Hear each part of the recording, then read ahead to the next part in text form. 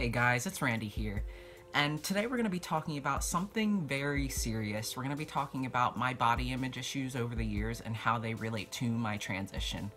I'm filming this for like the 50th time because I've been having such a hard time verbalizing everything I want to say, but I'm going to be extremely raw and honest and just word vomit my entire story, so bear with me. You might get sad. If you're not looking for a sad video, maybe click off this, but I'm just warning you now. Alright, so let's get into it. So when I was in 3rd grade, I thought that I was gay, because, no, I'm kidding. When I was in 3rd grade, I was a chubby kid. I used to walk up to the scale, look down at the numbers, and feel extremely disgusted and disappointed in myself, because I just did not like my body at all, and I thought that I would never lose the weight. I was the kind of kid that ate as much as I wanted whenever I wanted because I loved food. Whoops. And then in 4th grade, a kid named Bob, his real name is not Bob, but we're gonna call him Bob. Bob liked to make me feel horrible about myself and call me chubby and fat all the time. Because of my own dislike for myself and Bob making fun of me on a regular basis, I decided, screw this, I'm gonna start working out and eat healthy, whatever that means for a 4th grader. So I started exercising, I started eating right, and I actually did lose a lot of weight. When I got into 5th grade, a bunch of kids were like, hey, you look different, you look a lot thinner, and I loved that. And I remember, this is where it ties into my transition, finally. I remember watching High School Musical when it first came out in 5th grade, and looking at Zac Efron, him on the basketball court, and his muscles flexing, and him doing his dance moves, and I was like, I want to look like him. I wanted to look like Zac Efron, a man, not Vanessa. I wanted to look like Zac. And now looking back, I'm just like, whoa, that was hella trans. How did I not know? But anyway, so I wanted a straight up and down, muscular, thin and toned body, like a man. And I did not want curves. And I remember I wanted my body to look a certain way so badly that, like, I wouldn't let myself enjoy food anymore. Like, my parents would order pizza, and I would say, and I was 11 years old saying this, I would say, listen, I can't eat this, like, this is unhealthy, I need to eat something else, I'll make a salad or something.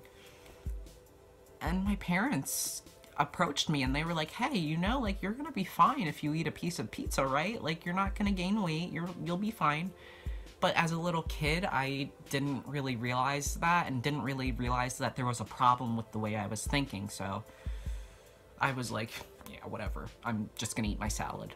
I did get to a point where I got lazy and stopped working out and started eating what I wanted, and because of that, I gained the weight back. I went through a lot of weight fluctuation over the years, and a lot, especially in middle school, when puberty started to, like, really hit. In 7th grade, my self-confidence was like this, like completely like went down. I had stretch marks, I was gaining weight from puberty and also my eating habits. I was getting curves and I didn't really like it very much. I wanted that body, remember? And that was not what I was getting. And I didn't know what to do about that. And I didn't realize at the time why I didn't like my body so much, you know? And then it didn't help that other kids were making fun of the way I dressed because I didn't know how to be girly, I didn't know how to wear makeup, I didn't know how to do my hair. I was a mess. And I felt horrible about my appearance overall because I got made fun of so much. When I was in 8th and 9th grade, I started working out again, losing the weight, and I looked great. Like, I looked healthy, I was in good shape, but I was curvy, and I was never happy with that. So I kept working out and kept eating healthy and tried to, like, I would always try to lose weight, but my body kind of reached its set point. And that's when things started to get really bad in 11th grade. I was going through a lot of family issues, a lot of body image issues, and I used under-eating and over-exercising as a coping mechanism. And eventually that led to an eating disorder. Not only was I under-eating and over-exercising, but I was using laxatives and I was throwing up. And because of that, I lost a very unhealthy amount of weight. I was emaciated and had I had zero energy. I was always in a bad mood. Didn't have a social life. I just hated talking to people because I was so grouchy all the time. And I was always cold. I used to wear layer and layer and layer of clothing every single day at school because I was freezing. I had no body fat. I had no calories in my body. There was nothing there to keep me warm. My friends at school were noticing, my family noticed, and they were worried. The only person that wasn't worried about me was me. I was so deep into my disordered habits that I didn't care if I didn't wake up. As long as I was skinny, that's all I cared about. And even when I was that underweight and that emaciated, I still was not happy with myself. There was something much deeper going on that I didn't realize. I got to the point where I was so miserable and so mentally unwell that I couldn't stand existing. And I had to do something about it. I was like, either I'm gonna die from this or I'm going to get help. I have to choose one or the other, and I don't want to die. I was only 17 years old, thinking, I don't want to die yet. So I went to my mother and I told her, I need to go to an inpatient place right now, or it's just gonna get worse and I'm not gonna make it. While I was in the clinic, I was diagnosed with EDNOS, that is eating disorder not otherwise specified. So basically it just means that you show a lot of symptoms of different eating disorders, but you don't fit into one specific one. So they just give you an overall diagnosis so that you can get help. So I spent 2 weeks in the inpatient facility. I ate all my meals. I did everything they asked me to in the program. I was ready to be done with this. I did not want to struggle with an eating disorder anymore. And after being in that inpatient program, I came out so much stronger and so much more sure of myself. Even though there was still dysphoria on the DL that I didn't realize was there, I at least wasn't hurting myself anymore, and I didn't hate myself. Regaining weight was very hard.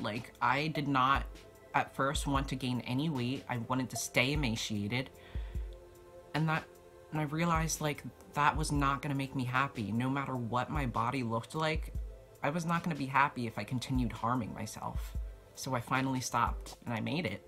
I'm so proud of myself. I made it out alive, and it feels awesome to say that. Of course, I still struggled with it after the fact. There were still times when I wanted to restrict, and I did restrict a little bit. There were times when I would exercise a little too much.